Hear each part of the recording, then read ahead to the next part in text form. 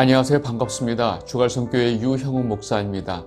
오늘은 10월 30일 마지막 주일 아침입니다.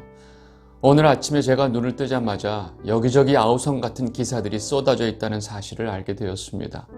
어젯밤에 할로윈 파티를 위해 10만 명이나 몰린 이태원에서 정말로 어처구니 없는 사고로 우리 젊은이들 150명이 목숨을 잃었습니다. 저는 이 소식이 그냥 드라마나 영화의 이야기였으면 좋겠다고 생각했습니다. 그러나 분명하게 우리 눈앞에서 어젯밤에 벌어진 현실이었습니다. 지금 이 영상을 보시는 대부분의 성도님들은 다들 성인이 된 자녀들이 있을 것입니다. 저도 이미 성인이 된 두 자녀가 있습니다. 아침에 이 사건의 소식으로 인해서 정말로 아무것도 할 수가 없었지만 이렇게 기운을 내고 여러분들께 말씀을 전하고 있습니다. 너무나 갑작스럽게, 너무도 갑작스럽게 자녀를 잃고 가족을 잃은 유가족들에게 정말로 하나님의 위로가 있기를 바랍니다. 그리고 지금 이 순간 저와 여러분이 하나님 말씀 앞에 나올 수 있도록 매 순간 우리를 지키고 보호해 주신 하나님 아버지께 감사와 영광을 돌립니다. 말씀을 통해서 하나님의 사랑과 지금 우리가 이 순간 이 땅에 살아 있어야 하는 그 이유를 더 깊이 깨닫게 되시기를 바랍니다. 오늘 우리에게 주시는 말씀 같이 보도록 하겠습니다. 고린도전서 4장 15절 그리스도 안에서 1만 스승이 있으되 아버지는 많지 아니하니 그리스도 예수 안에서 내가 복음으로써 너희를 낳았음이라. 우리는 지난 몇 주 동안 바울이 고린도 교회에 보내는 편지에서 이 네 개의 파로 나뉘어져서 분쟁을 하고 있는 이 문제에 대해서 이들을 책망하고 이들을 훈계하는 내용을 보았습니다. 바울은 하나님의 지혜보다 인간의 지혜를 더 중요하게 여기고 있는 이 교만한 고린도 교회 성도들의 어리석음을 책망하면서 하나님의 사역자들은 단순히 너희들이 그렇게 따라야 될 대상이 아니고 하나님의 일꾼이라는 것을 강조했습니다. 바울은 심고 아볼로는 물을 주었지만 무엇보다도 자라나게 하시는 분은 하나님이시라는 사실을 너무나 분명하게 말하고 있습니다.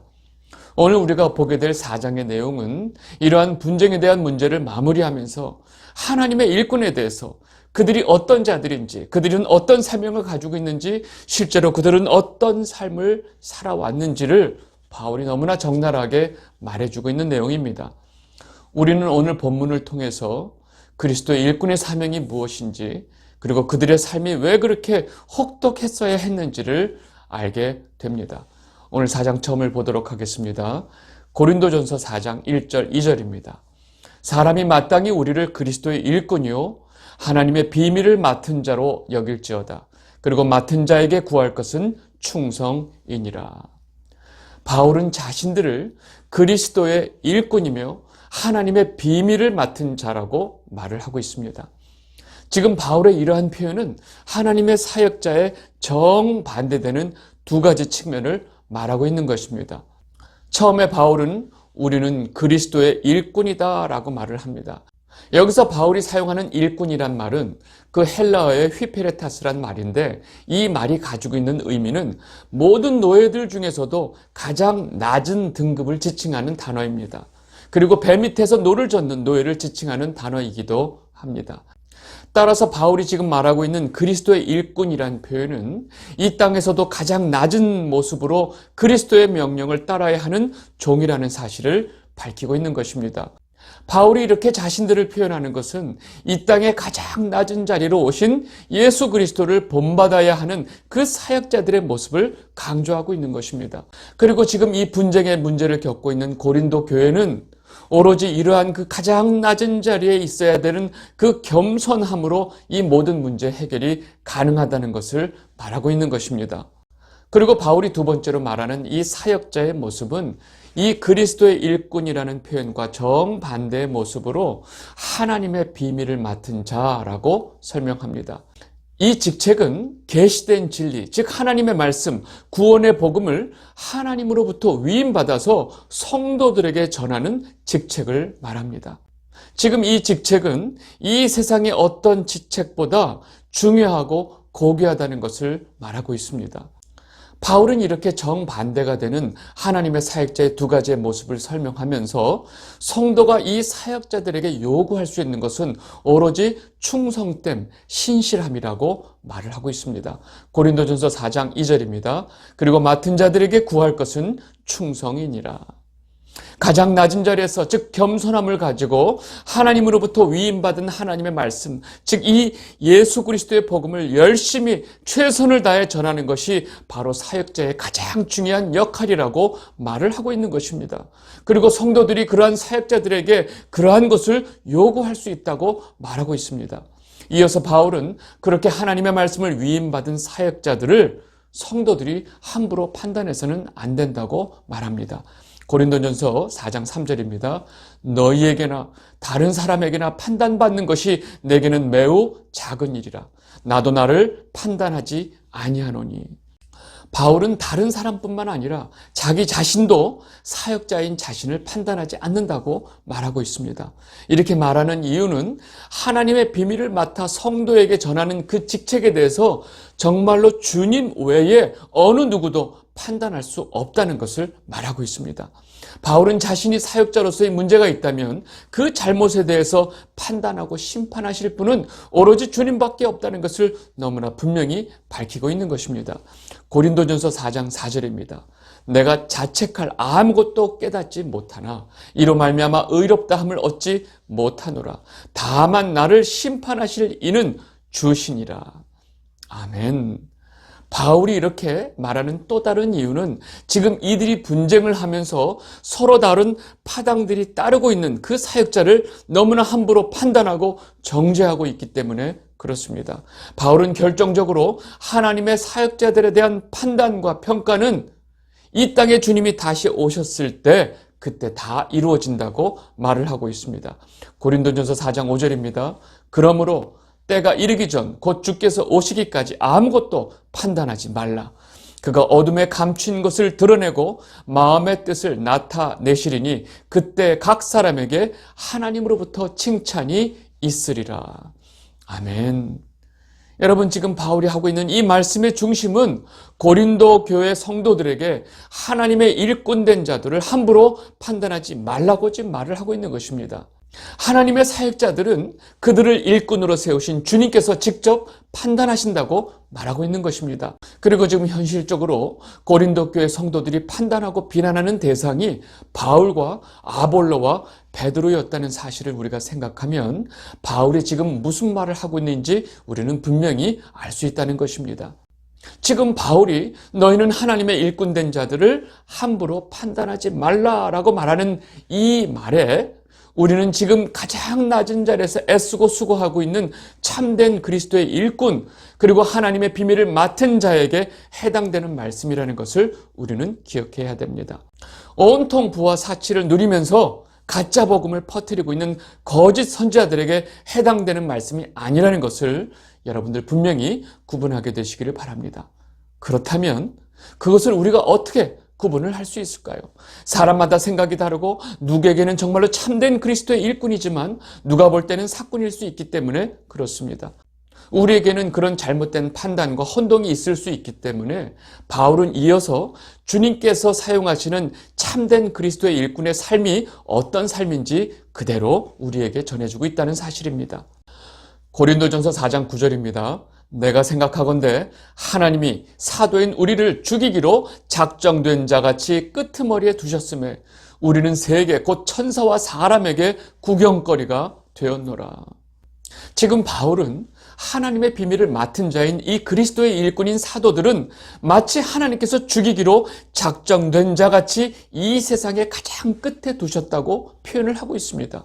그리고 온 세상 사람들에게 구경거리가 되는 비참함의 삶을 주셨다고 말하고 있습니다.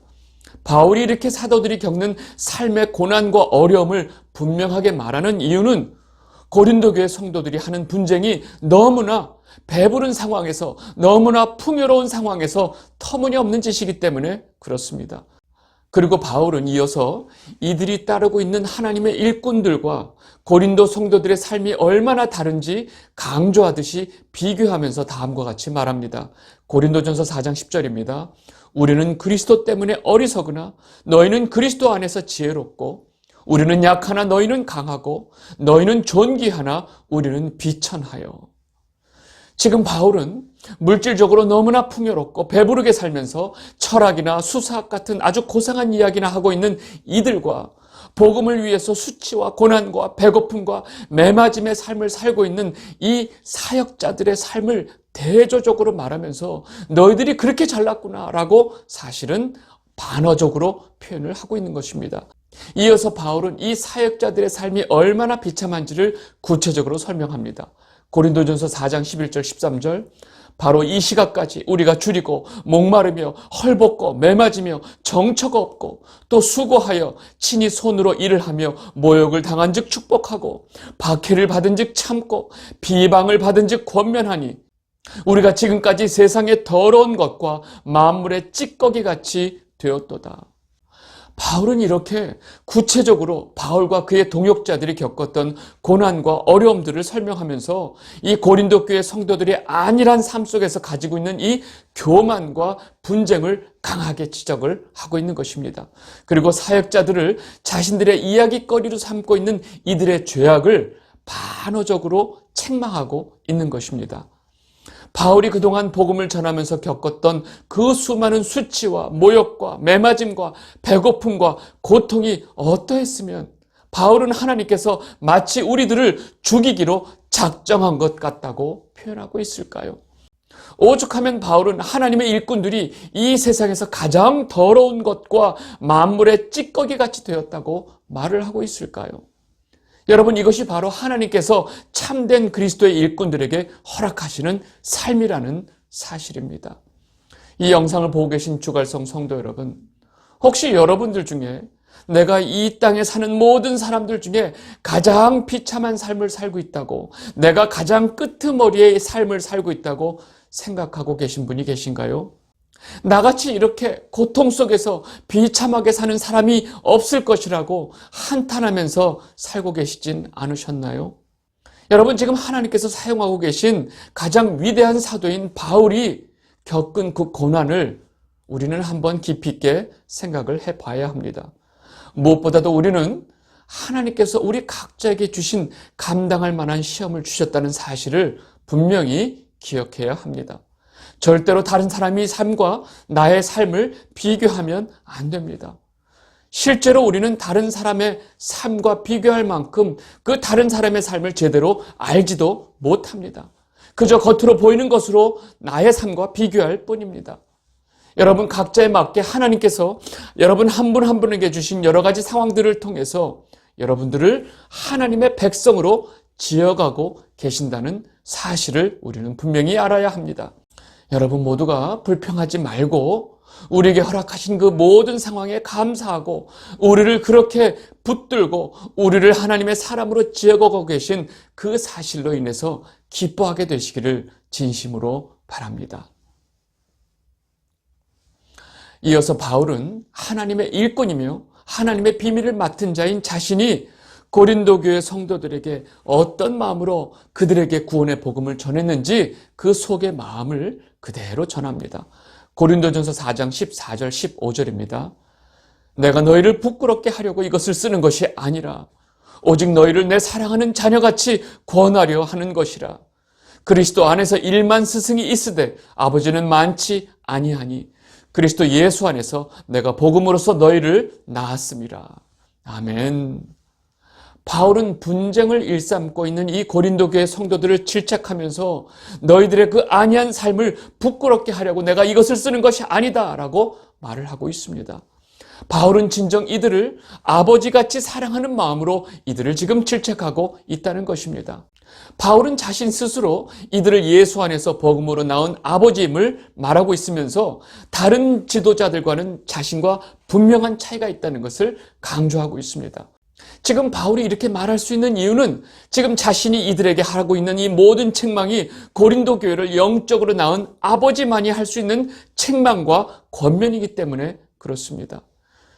바울은 이제 이 분쟁에 대한 문제의 권면을 마무리하면서 사랑하는 영적인 아버지의 모습으로 이들을 권면하고 있습니다.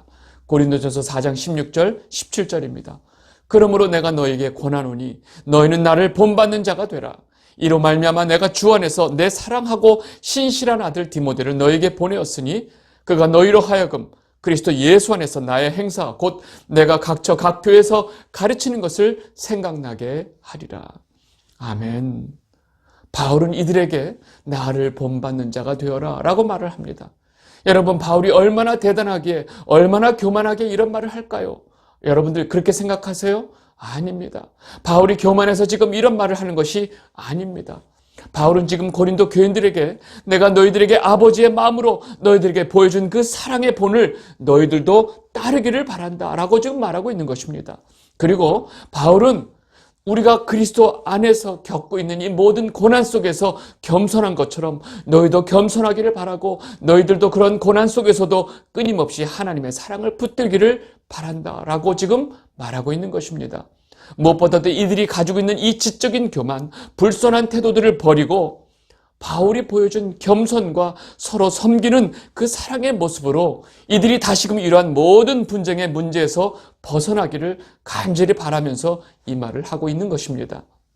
그리고 바울은 이들에게 바울의 가르침을 다시 확인시켜주고 이들이 다시금 복음의 중심을 잡을 수 있도록 영적인 아들 디모데를 이들에게 보낸 것입니다.